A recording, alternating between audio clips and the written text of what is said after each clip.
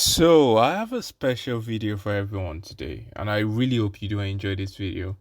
So, I'm sure if you have read the title, you already know what the name of the video is. And we're going to talk about 5 misconceptions about Gojo versus Sukuna. Now, before I start this video, if you like this video, please make sure you like, make sure you subscribe. Please make sure you like because you'll be doing me a huge favor. So, yeah, without any further ado, let's just get right into this video.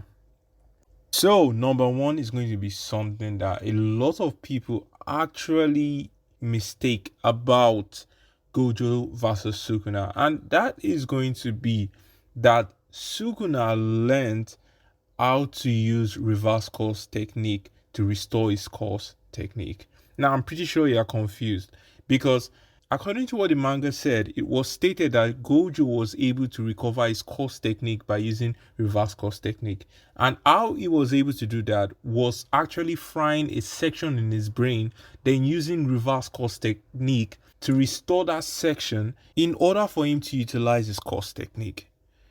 But did you know that Sukuna was the first person to do that in the whole of JJK? Yeah, I'm pretty sure that you're surprised, and I'm going to prove it to you.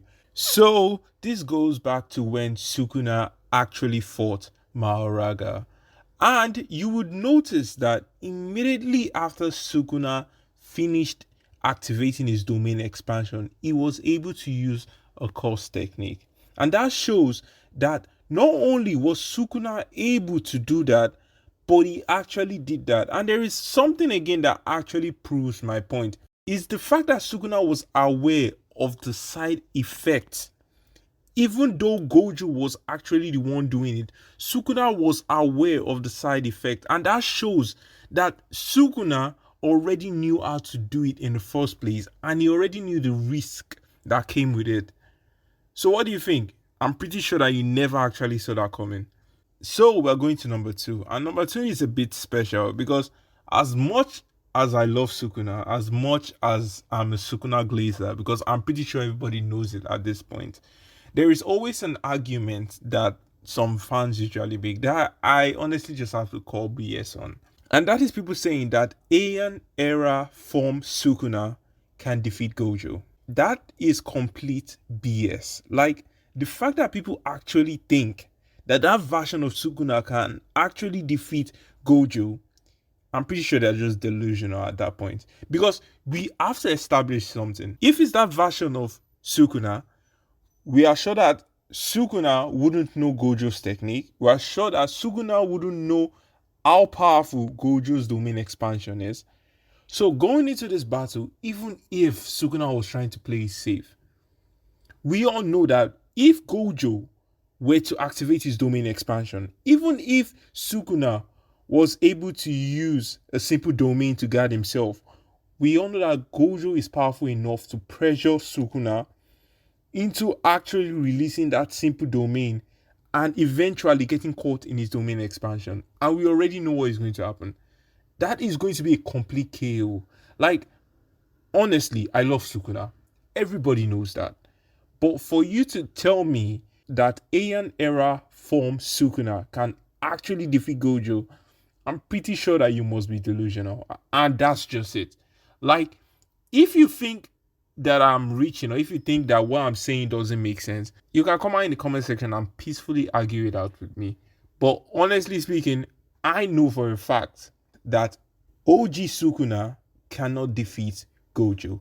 Now, if it's the revamped version of Sukuna, the one that has learned how to use space-time, cleave, and dismantle, definitely, that guy is definitely KOing Gojo. 100%. But if we are talking about the OG Sukuna, we are talking about the pre-UG Sukuna, that's not possible. Like, honestly speaking, let's stop coping at this point. Another misconception about the Gojo versus Sukuna battle is that, did you know that in a particular point, Sukuna could actually have won that battle? And I'm pretty sure that if you have read the manga, you will know exactly what I'm talking about. And the place I'm actually referring to was the time when Gojo wanted to use his domain expansion, and we saw that he started bleeding. And Sukuna explained to him that this is the side effect of trying to always use reverse course technique on the section of your brain. Now, we all know that Sukuna also tries to do that, and we found out that his brain was also fried. But we do know that Sukuna at that point should have been able to revert back to his full self, meaning that Sukuna would have been back at 100%. And if Sukuna was back at 100%, then we definitely know that he's going to activate his domain expansion and he's going to kill Gojo at that point. Now, probably the reason why Sukuna didn't actually do that was probably because he had deemed Gojo's infinity as a big problem and he needed Mahoraga to find a way to counter it, which he actually was able to do. And that is why we have to put respect on Sukuna's name, because our boy is just a learner at this point. He loves to learn, and well, that's one thing I love about Sukuna. And the fourth misconception, now please quote, this is not definite. This is what I feel. This is what I think. And according to everything that has been established, this is where I'm drawing my conclusion. I am not saying I'm 100% right. And if I am wrong, I definitely take that L. So the number 4 is going to be that Mahoraga is dead. Yes, we all know that Mahoraga is dead, but we do know that a very, very important ability of the 10 shadows is the totality. We all know that if a Shikigami dies off, or if multiple Shikigami dies off, they each have the ability to combine into a singular being. And now we all know that at this point, most of, if not all of the 10 shadows have been destroyed.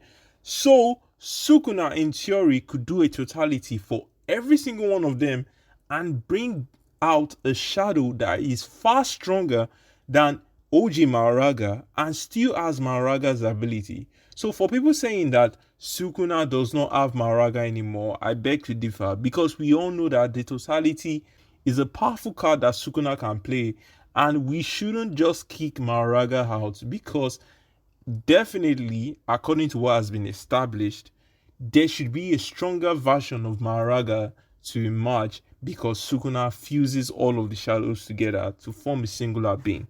And that is my number 4. And now we're going to the last one. And the last one is something I found a lot of people that actually don't like Gojo like using against the battle with Sukuna. And people like saying that Gojo was fighting Sukuna at 200%, which I call BS, because we all know that the only time Gojo got that amp was when he wanted to fire his Aloe Purple, and that was the first time, and that just boosted the amp to probably 200%, I think. Please correct me down in the comment section if I'm wrong. And we see that that was just a one-time thing. That didn't carry out through the whole battle, because that wouldn't make sense. Gojo was fighting at 100% equally with Sukuna, who was also fighting at 100%.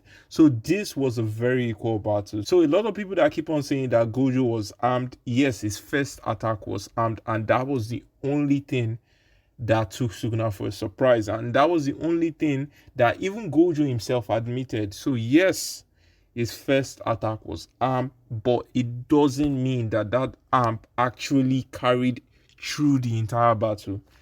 That isn't fair, honestly speaking. Even if you're a Sukuna fan, that train of thought doesn't make sense. I had to include this in the 5th because, honestly speaking, I've been hearing a lot of people actually bring up that. I'm not sure if they're trying to troll, or I'm not sure if they even read the manga well. So it's kind of crazy when I hear things like that.